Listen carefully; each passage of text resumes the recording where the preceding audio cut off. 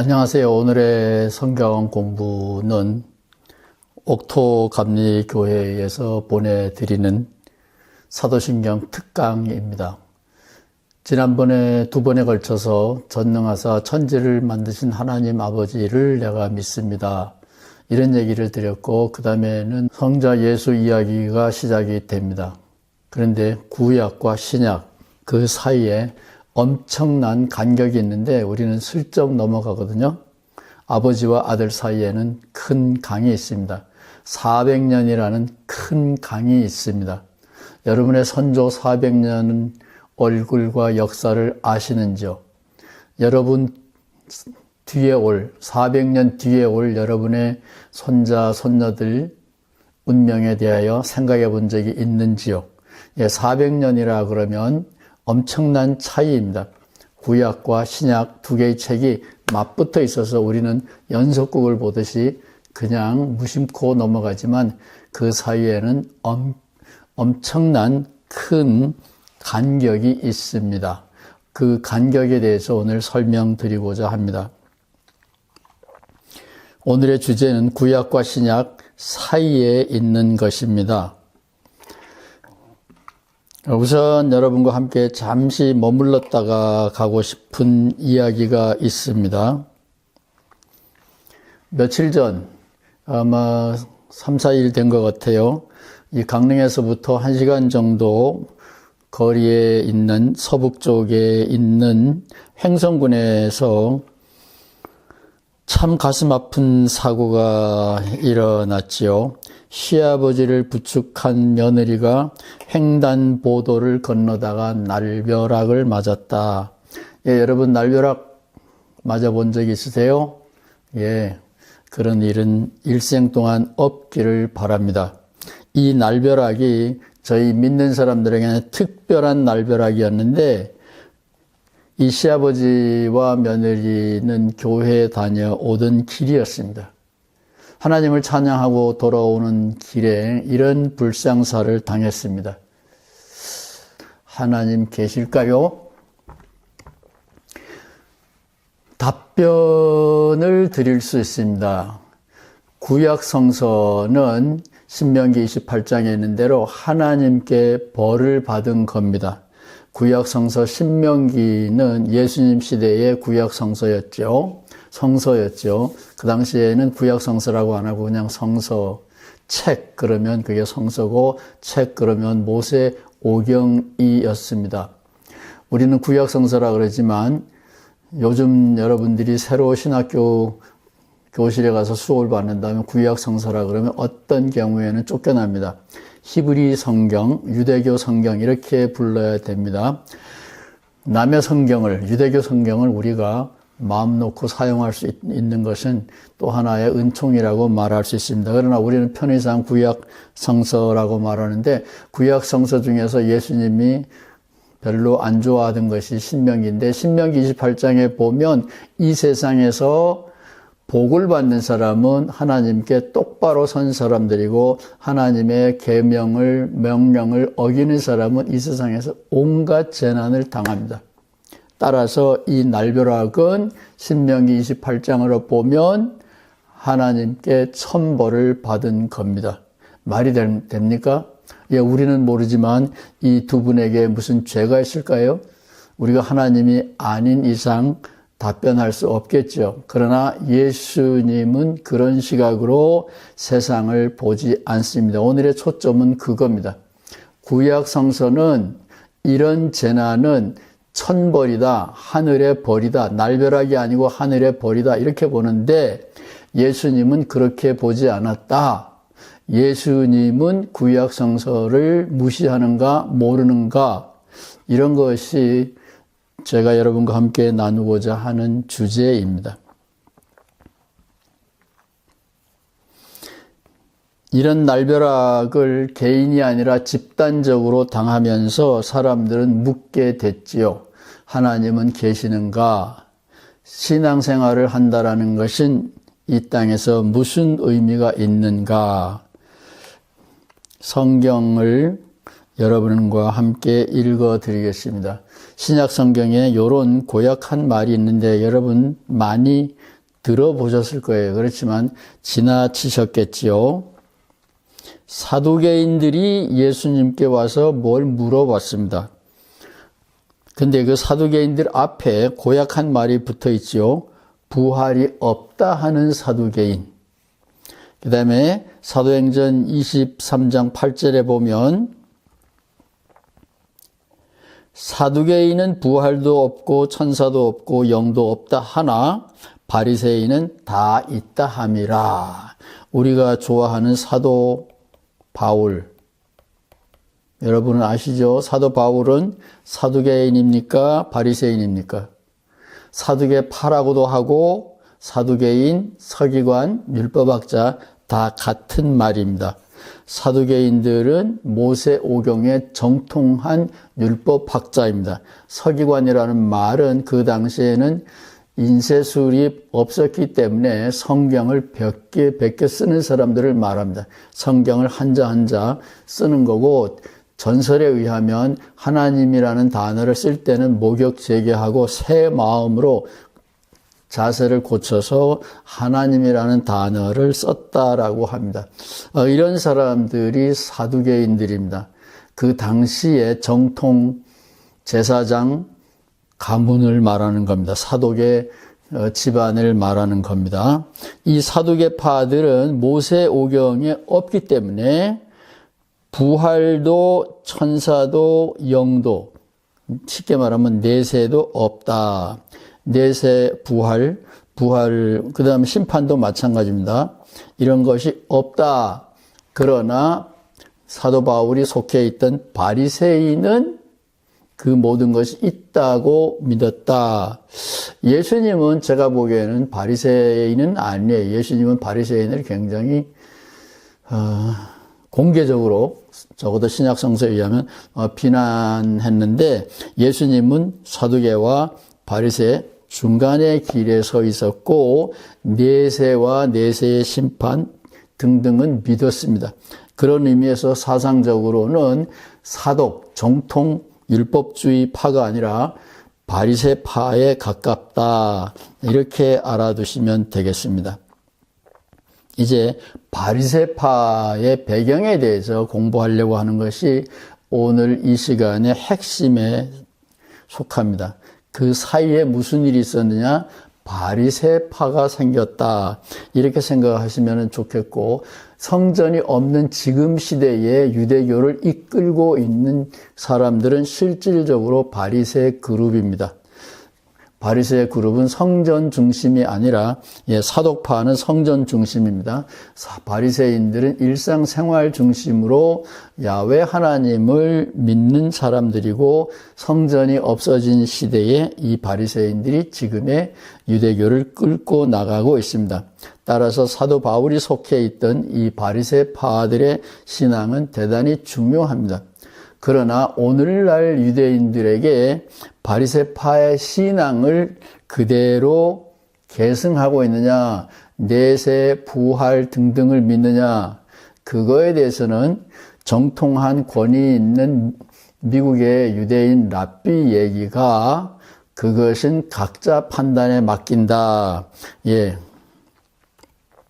사두개인과 바리새파 그 중간을 가고 있더구만요.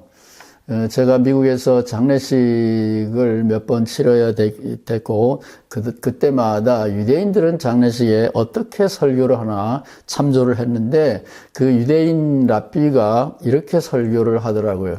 내세와 부활, 영생 믿어도 좋습니다. 성경에는 없다는 말이에요. 바리새인들의 생각 틀렸다가 아니라 성경에는 없다. 바리새인들의 생각. 그러나 개인적으로 그것을 받아들이고 싶으면 받아들여도 좋다. 제가 읽은 그 유대인 랍비의 사상은 굉장히 현명하다. 저는 이렇게 말하고 싶습니다. 예수님은 처음 성전, 솔로몬이 지었다는 그 처음 성전에 들락날락 하신 것이 아니고 두 번째 성전에 들락날락 하셨고 예수님 세상 떠난 지 40 2000년 됐을 때 예수님의 예언대로 돌 하나도 돌 위에 남지 않고 성전은 다 무너져 버렸지요. 예수님은 어떤 상황이었는가 이제 조금 더 설명하겠습니다. 이 예수님은 제2성전 세컨 템플의 시대에 살았기 때문에 내세와 부활, 영생, 내세의 심판 이런 것을 예수님은 받아들였습니다. 그 증거가 누가복음 16장 30절에서 31절 안타까운 부자의 비극 이야기가 나옵니다. 굉장히 안타까운 이야기입니다. 부자와 부잣집 앞에 있는 나사로라는 거지가 있어요. 보통은 부자가 이름이 있고 거지는 이름이 없어야 되는데 예수님 이야기에서는 거꾸로예요. 부자는 이름이 없는데 거지는 이름이 있어요. 나사로. 근데 이 부자에게는 5 형제가 생존해 있었습니다.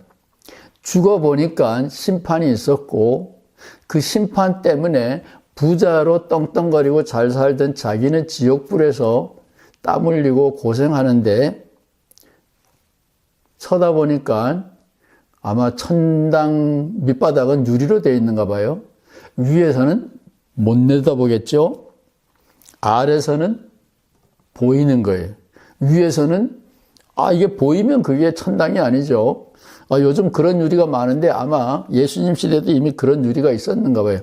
천당 바닥은 유리예요. 밑에서는 보이는데 위에서는 안 보여요. 그건 제 해석입니다. 성경에 없는 거예요. 그래서 이 부자가 보니까 나사로가 아브라함은 이야기에서 아브라함이고 하나님이죠. 아브라함의 품에 앉아서 웃고 즐기고 호의호식하고 있더라. 자기는 이 세상에서 호의호식했는데 뜨거운 곳에 떨어져 가지고 죽을 지경이거든요. 그래서 이 이야기 속에 부자는 아브라함에게 전화를 걸었어요. 그 당시에도 스마트폰이 있었던 것 같아. 전화를 해가지고 교류합니다. 선생님, 우리 조상님, 나한테는 아직 5 사랑하는 형제가 남아 있습니다. 그 사랑하는 형제들이 신명기 28장만 알고 있어요. 이 세상에서 잘 먹고 잘 살고 세도를 누리는 것은 여호와 하나님 복을 받아서 그런 줄로 알고 있습니다. 재앙이나 질병이 없는 한 그들은 반성하지 않습니다. 그런데 문 앞에 있는 거지를 박대한 것은 죽을 죄였습니다. 내 부자 형제들에게 가서 이 사실을 꼭 일러 주십시오. 죽었다가 살아난 나사로가 가서 얘기하면 내 형제들이 혹시 회개하지 않겠습니까? 예수님 생각이죠. 아브라함이 일 없다. 이 세상에는 목사님들도 있고 신부님들도 있고 스님도 있고 이 세상에서 호의호식하고 세도 누리는 것이 하나님의 축복의 전부인 줄 아느냐? 복받은 사람은 더 많은 의무를, 책임을 감당해야 된다. 그거를 왜 몰랐느냐? 너희들은 벌받아도 싸다. 그러면서 옳게 살지 못한 형제들은 죽었다가 살아난 나사로가 가서 얘기해도 듣지 않을 것이다. 소용없는 짓 안 한다. 이렇게 이야기로 끝났습니다. 이 부자는 참 안타까운 일이에요. 기독교에서는 예수님이 죽었다가 살아난 다음에 여기저기 막 다니면서 뭔가 전도했다 그러는데 그때도 사실은 제자들 중에 여자고 남자고 사실 하나도 안 믿지요. 따라서 죽었다가 살아난 사람이 내세에 대해서 얘기하고 사후 심판에 대해서 얘기하면 들을 거다. 예수님은 no. 멀쩡한 정신으로 이 세상에서 하나님을 제대로 섬길 수 없는 사람들은 죽었다가 살아난 사람의 간증도 소용이 없다. 신약 성서와 예수님의 가르침은 일치한다라고 말할 수 있습니다. 제 포인트는 죽은 사람이 살아난다. 내세가 있다. 심판이 있다. 이런 등등의 이야기는 사두개파가 보는 바가 맞아요. 구약 성서에는 없는 이야기입니다. 교회에서는 구약 성서에도 부활과 내세에 대한 이야기가 있다고 빡빡 우기는데, 그거는 사두개인들한테 가서 물어보십시오. 유대인 랍비한테 가서 물어보십시오. 그거는 아닙니다. 왜 신약 시대에 예수님과 일부 사람들은 내세, 부활, 영생 이런 것을 받아들였느냐? 답은 유대인들이 70년 동안 가나안 땅에서부터 떠나서 유배돼서 남의 나라 이란에 가서 살았습니다. 이란이 그 옛날 말로는 페르시아 제국인데 오늘날의 이란 사람들은 페르시아 왕국을 건설한 고레스 왕을 자기의 조상으로 봅니다. 왕입니다. 559년, 529년 이거는 다 기원전을 말합니다. 이사야는 이 고레스가 이방인인데 이사야 45장에 보면 이 이사야는 이 고레스 왕을 메시아라고 칭합니다. 신약에서는 예수님을 메시아라고 보죠. 오늘날 많은 신흥종교 교주들이 자기가 메시아다, 그리스도라 그러는데 메시아는 히브리 말이고 그리스도는 히란 말입니다. 같은 뜻입니다. 여러분이 가지고 있는 성경 이사야서 45장 1절에는 기름 부음 받은 자 이렇게 나오는데 그게 원어로는 메시아라는 말입니다. 유대인을 구원한 유대인이 아니고 유대인을 해방시킨 페르시아의 창건 왕 고레스를 이사야 45장 1절에는 메시아라고 칭하고 있습니다. 따라서 제1메시아는 고레스, 제2메시아는 우리 입장에서 보면 예수 그리스도, 유대인들 입장에서 보면 아직 기다리고 있지요. 이 고레스인데 이 고레스 시대의 예언자 제사장 그 중에서 제일 유명한 훌륭한 사람이 조로아스터고 여러분이 학교에서 배웠을지 몰라요. 조로아스터교 이원론 역사를 선과학의 투쟁으로 보는 이원론적인 종교지요. 니체의 말로 하면 자라투스트라 같은 이름입니다. 이 페르시아라는 새로운 신생 국가가 있었고 그 국가는 종교적으로는 조로아스터라는 예언자 제사장의 사상의 기초에 있는데 이 조로아스터의 가르침이 바로 내세, 부활, 영생 등등을 가르칩니다. 왜냐하면 아까 처음 시간에 이 날벼락 얘기를 했잖아요. 날벼락이다. 이 날벼락을 일으킨 사람은 아마 50대 운전자 같아요. 충분히 사람을 살필 수 있었고 이게 횡단보도였는데 못 보고 사람을 죽인 거예요.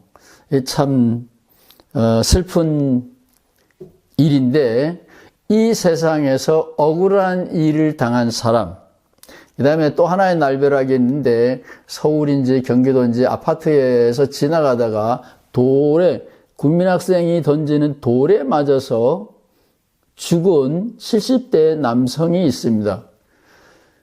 자, 이런 사람들은 어린아이이기 때문에 벌을 안 받아요. 억울하게 죽은 사람만 참 가슴이 아프죠. 그 가족들 모두가.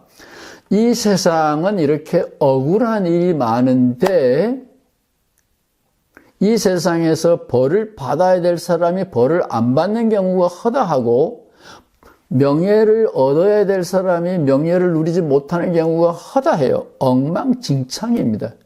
그래서 조로아스터라는 페르시아 제국의 예언자는 이 세상은 아니지만 하늘의 심판은 언젠가는 있다. 사후에 심판이 있을 것이다. 어쩌면 이 세상은 오래 가다 보면 종말이 올 텐데 종말이 오는 그날에는 천지개벽이 일어나서 심판을 받을 것이다. 이런 것이 조로아스터의 기본적인 사상입니다. 그래서 유대인들은 오랫동안 바벨론에 가서 살면서 바벨론을 정복한 게 페르시아예요. 그 페르시아의 사상을 받아들였습니다. 그래서 바리새인이라는 말은 정결파라는 말도 있지만 페르시아파다 그런 말도 있다. 그래서 저는 그 말이 옳다라고 봐요. 페르시아의 사고방식을 받은 거예요. 본래의 유대교의 하나님은 가나안 땅의 하나님입니다. 이스라엘 백성을 가나안 땅으로 돌아오게 하고 가나안 땅에서 왕국을 지키고 가나안 땅에서 솔로몬 성전을 지키고 뭐 이런 가나안 땅의 하나님이고 죽은 다음에 하나님이 아니라 살아있는 자들의 하나님인데 이 세상에서 선과 악이 공평하게 보상받고 벌받고 그런 일이 안 일어나는 엉망진창이기 때문에 유대인들은 나라와 성전을 잃은 다음에 바벨론 포로로 잡혀가고 페르시아 제국에서 빌부터 살면서 그 나라의 사상을 배운 거예요. 하나님의 심판은 즉각적인 것이 아니다. 이 세상에서 다 이루어지지 않는 것이다. 하나님의 정의의 심판을 위해서라도 이 세상에서 천지개벽이 일어나거나 죽은 다음에라도 하나님의 정의는 반드시 심판 있을 것이다. 하나님은 살아계시다. 여기에서 확인이 안 되면 죽은 다음에라도 꼭 확인이 될 것이다. 이 세상이 전부라고 생각하지 말아라. 이런 사상을 페르시아에서 배웠습니다. 예수님께서 다니던 제2 성전인데 이 성전이 바로 메시아라고 칭함을 받은 고레스가 이스라엘 백성을 이제 귀환 너희 나라로 돌아가라. 그런데 5만 명밖에 돌아오지 않았대요. 70년이면 아들, 딸 낳고 거기에서 사업하면서 정착을 했기 때문에 돌아올 생각이 별로 없었어요. 점차적으로 돌아오긴 돌아왔지만 5만 명 정도밖에 돌아오지 않았다 그럽니다. 그래서 몇 명이 가는지 모르지만 다 끌려갔어요. 그래서 제2의 성전은 오랫동안 짓긴 지었는데 예수님께서 다니던 성전입니다. 이 성전을 지키는 성전파들은 사두개파고 이 성전보다는 페르시아 제국의 새로운 사상을 받아들인 거예요. 하나님은 이 땅에서 하나님의 정의를 이 땅에서 우리가 경험할 수는 없다고 할지라도 내세가 있고 사후의 심판이 있기 때문에 하나님을 두려워해야 된다. 이 땅에서 복받고 권세 누리는 사람이 하나님을 잘 섬긴 사람이고 이 세상에서 고난을 받고 질병을 당하고 일찍 죽음을 당하고 이런 사람들은 하나님의 벌을 받은 거다. 이런 신명기 사상을 거부하는 게 바리새파 사람들이에요. 예수님은 일단 그 그룹에 가까이 갔습니다. 꼭 기억하시기 바랍니다. 이미 답변 들었죠. 이스라엘 백성은 가나안 땅에다가 왕국을 건설하고 신전을 건설하고 거기서 여호와 하나님을 찬양하고 그것이 제1성전이에요. 그런데 바벨론을 정복한 페르시아는 사후세계와 부활 심판을 믿는 가나안 땅 중심이 아니라 사후세계, 영생, 내세를 생각하는 전혀 다른 사상을 가지고 있었습니다. 이것을 꼭 기억하시기 바랍니다. 따라서 구약과 신약을 이렇게 붙여놨다 사람들에게 혼돈을 줄 수밖에 없는 거지요. 질문, 구약 성서와 신약 성서에 저는 차별성을 강조하고 싶어요. 저희가 신학교에서 배울 때는 구약은 예언이고 신약은 성취다. 가치관에는 변화가 없는 거예요. 하나는 외상이에요. 예언입니다. 미래 이야기예요. 기독교는 현금입니다. 여기 예언이 성취됐다. 뭐 이런 식으로 저희는 배웠어요. 예언, 실현, 성취. 그런데 가치관에는 변화가 없잖아요. 저는 이것은 잘못된 신학이라고 봅니다. 구약은 구약대로 가치가 있고 신약은 신약대로 가치가 있고 그 둘 사이에는 차별성이 있습니다. 저는 차별성을 주목해야 기독교의 미래가 열린다고 봅니다. 예수님을 죽인 사람들이 바로 사두개파들이라고 보시면 돼요. 예수님이 돌아가시게 된 것은 하나님의 뜻이 아니라 이 세상 사람들이 예수를 처형한 거죠. 현대 기독교인들은 로마가 예수를 죽였다. 여기다가 초점을 맞추고 있어요. 유대인들이 아니라 로마 사람들이 예수를 죽였다 그러는데 제가 읽어본 성경은 그렇지 않습니다. 로마 사람들의 손을 빌리긴 했지만 예수님을 죽인 사람들은 유대인이에요. 따라서 유대교와 기독교의 관계, 차별성, 갈등을 놓치면 예수님의 십자가를 오해하게 됩니다. 따라서 저는 예수 믿는 사람인데 예수님의 위치를 확보하기 위해서라도 구약과 신약의 연속성, 차별성을 똑같이 강조해야 된다라고 봅니다. 가치관 얘기는 나중에 하겠습니다. 구약과 신약의 중요한 가치관의 변화가 있는데 오늘날 교회는 이것을 많이 무시하더라고요. 가치관이 중요합니다. 가치관 얘기를 기독교를 개혁한 마틴 루터는 조금은 알고 있었어요. 그래서 이 복음이 아닌 책, 야고보서와 요한계시록은 지푸라기 서신이다. 이거 버려야 된다 그랬어요. 그것은 과장된 표현인데 굉장히 잘 본 거예요. 예수님은 독특한 메시지를 가지고 있다. 그겁니다. 은총으로 구원받는다라는 독특한 메시지를 가지고 있기 때문에 행동으로 구원받는다라는 것은 신명기 이야기인데 그게 나쁘다라는 게 아니라 그것은 기독교가 아니다라는 거예요. 요한계시록도 마찬가지다 이게. 벌 받는 것, 심판받는 얘기로만 가득하고 거기에는 용서가 없다 이게.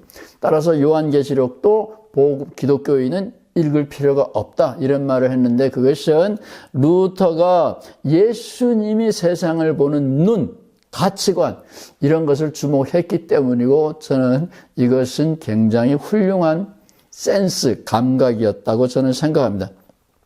미래의 기독교는 최소한 루터처럼 예수님의 독특한 메시지에 관심을 가져야 된다라고 저는 봅니다. 다음 시간에 더 설명을 할 텐데 아브라함과 모세가 가졌던 소망, 가나안 땅에서 잘 먹고 잘 살다가 편안하게 죽는 것, 고종명. 이게 오복의 종교죠. 세상 모든 사람들이 좋아하는 오복 종교입니다. 그것과 예수님이 사람들에게 주려고 했던 복음, 하나님 나라 복음, 가나안 복음이 아니라 하나님 나라 복음, 그것은 달라요. 그것은 다음 시간에 자세하게 설명을 하겠습니다. 그렇지만 잠깐만 그냥 저 혼자 이런 얘기하는 게 아니라 성경도 이미 알고 있고 써놨다라는 의미에서 제가 성경을 여러분에게 몇 가지만 지적을 하겠어요. 원수를 사랑하라라는 말이 구약에도 한 번인가 나와요. 이웃을 사랑하고 원수 사랑에 대한 이야기는 구약성서와 신약성서에 있는 예수님의 이야기 크게 차이가 나는 대목 중에 하나고 그것과 연관해서 복수의 법칙 삭개오는 누가복음에서 보면 내가 잘못한 게 있으면 4배로 갚겠다 그랬어요. 모세는 1대1로 갚으라 그랬어요. 1대1로. 눈은 눈으로, 이는 이로, 100원은 100원으로, 1억 원은 1억 원으로. 예수님은 0으로. 4, 1, 0. 변화는 있지만 일정한 방향으로 가고 있어요. 그건 나중에 다시 설명할게요. 신약 성서와 구약 성서는 변화도 있습니다. 연속성도 있습니다. 달라요. 삭개오의 이야기 있습니다. 제가 이 성경 공부를 준비하면서 눈이 번쩍 뜨였는데 히브리서 7장에 보면 하나님과 우리와의 관계, 제사법이 구약 성서에도 이미 바뀌었다라는 지적이 나옵니다. 따라서 율법도 바뀐다. 기독교인들은 영원하고 변치 않는 하나님 이것만 알고 있는데 히브리서 기자는 지적을 했어요. 하나님과 우리 사이를 연결짓는 제사 제도, 하나님께 가까이 가는 방법이 아브라함 때하고 모세 때하고 변했다, 달라졌다, 뭐 이런 놀라운 지적을 합니다. 제가 이런 얘기를 꺼내는 것은 구약과 신약의 차별성을 강조한다 그래서 구약 성서의 하나님을 무시하는 게 아니고 구약 성서 자체에도 이미 변화가 있었다. 변화 속에서 변하지 않는 것. 그것이 엄마의 사랑이잖아요. 엄마가 늘 똑같은 밥을 우리에게 해주진 않아요. 늘 똑같은 옷을 우리에게 주진 않아요. 엄마의 사랑, 변하지만 변하지 않는 것처럼 하나님의 말씀도 변하지만 변하지 않는 게 있어요. 같이 존재하는 건데 잘못된 근본주의 신앙의 영향을 받아서 신약 성서의 독특한 메시지를 우리가 충분히 주목하고 있지 못합니다. 다음 사도신경 시간에는 마가복음 1장 15절 가나안 땅으로가 아니고 예수님은 지금 여기가 가나안이다. 요즘 한국에는 가나안 성도들이 많은데 그 가나안 말고 복지 가나안을 말합니다. 마가복음 1장 15절은 예수님께서 여기가 가나안인데 조금 옆에 있다. 이거는 다음 시간에 설명드리겠습니다. 오늘 수고하셨습니다. 옥토 교회에 대하여 감사 말씀을 전해드립니다. 감사합니다.